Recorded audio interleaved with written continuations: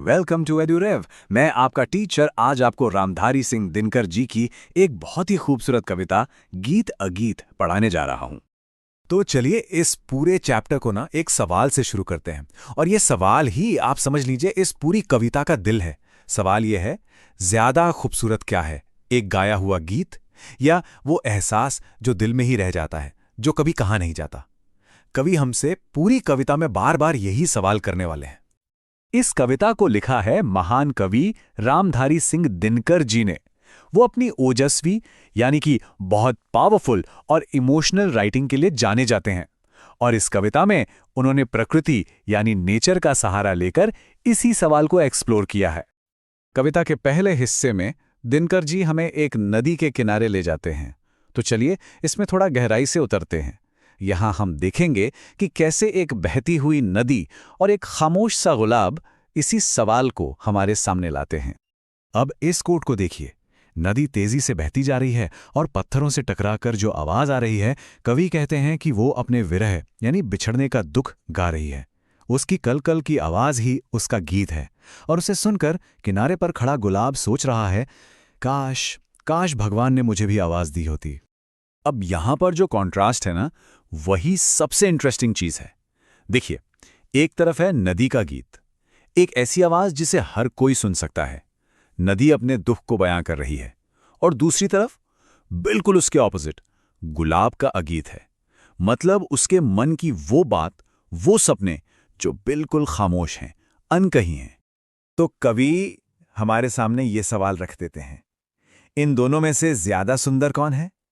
नदी का वो शोर मचाता हुआ गाना, या फिर गुलाब की वो खामोश गहरी इच्छा?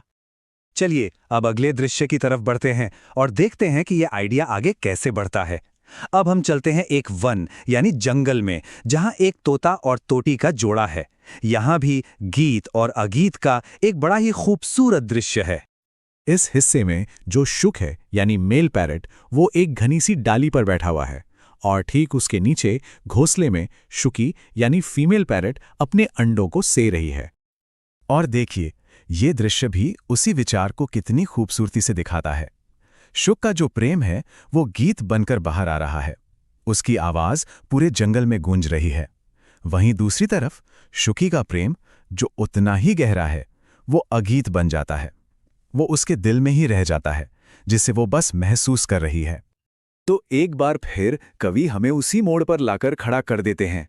सोचिए, क्या शुक का वो गाया हुआ प्रेम गीत ज्यादा सुंदर है, या फिर शुकी का वो खामोश प्यार से भरा हुआ एहसास?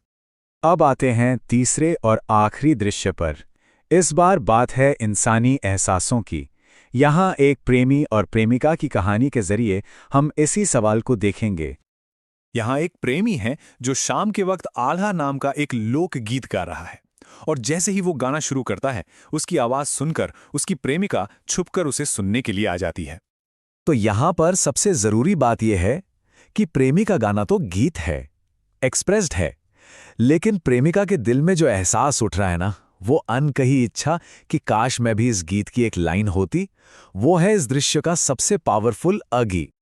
और आखिरी बार कभी ये सवाल हमारे लिए छोड़ जाते हैं, प्रेमिका वो बुलंद आवाज में गाया गया गीत सुंदर है, या प्रेमिका का वो खामोश अनकहा एहसास? तो इन 3 एग्जाम्पल्स के बाद कविता का फाइनल मैसेज क्या निकलता है? क्या दिनकर जी इस सवाल का कोई साफ साफ जवाब देते हैं? चलिए देखते हैं। चलिए आखिर में गीत और अगीत को बिल्कुल साफ साफ समझ लेते हैं। गीत आसान शब्दों में वो है जिसका इजहार हो चुका है, जिसे आवाज मिल चुकी है। और अगीत, अगीत वो गहरा एहसास है जो खामोश रहता है, जिसे लफ्ज नहीं मिलते, जिसे सिर्फ महसूस किया जा सकता है। ये दिल की अनकही बात है। तो पूरी कविता का सारांश क्या निकला? देखिए, कवि ना खुद एक दुविधा में है, एक डिलेमा में। वो डिसाइड नहीं कर पा रहे कि इन दोनों में से, गीत और अगीत में से किसे बेहतर कहा जाए, और इसीलिए वो इसका फैसला हम लोगों पर यानी हम रीडर्स पर छोड़ देते हैं।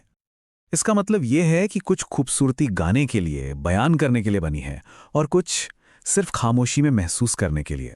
शायद दिनकर जी इसीलिए कोई फैसला नहीं सुनाते, क्योंकि वो चाहते हैं कि हम समझें कि जो चीज़ महसूस की जाती है ना, वो अक्सर कही गई बात से कहीं ज्यादा गहरी हो सकती है। तो ये था गीत अगीत का सार। इस कविता में कवि ने हमें सिखाया है कि इजहार किए गए एहसास और बिन कहे एहसास दोनों की अपनी अपनी जगह पर एक अलग ही खूबसूरती है। और यही इस कविता की असली जीत है। ये हमें बताती नहीं कि क्या सुंदर है, बल्कि हमें महसूस करवाती है कि खामोशी भी एक गीत हो सकती है।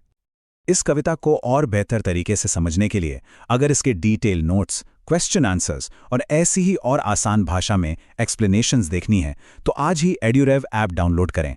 ये प्ले स्टोर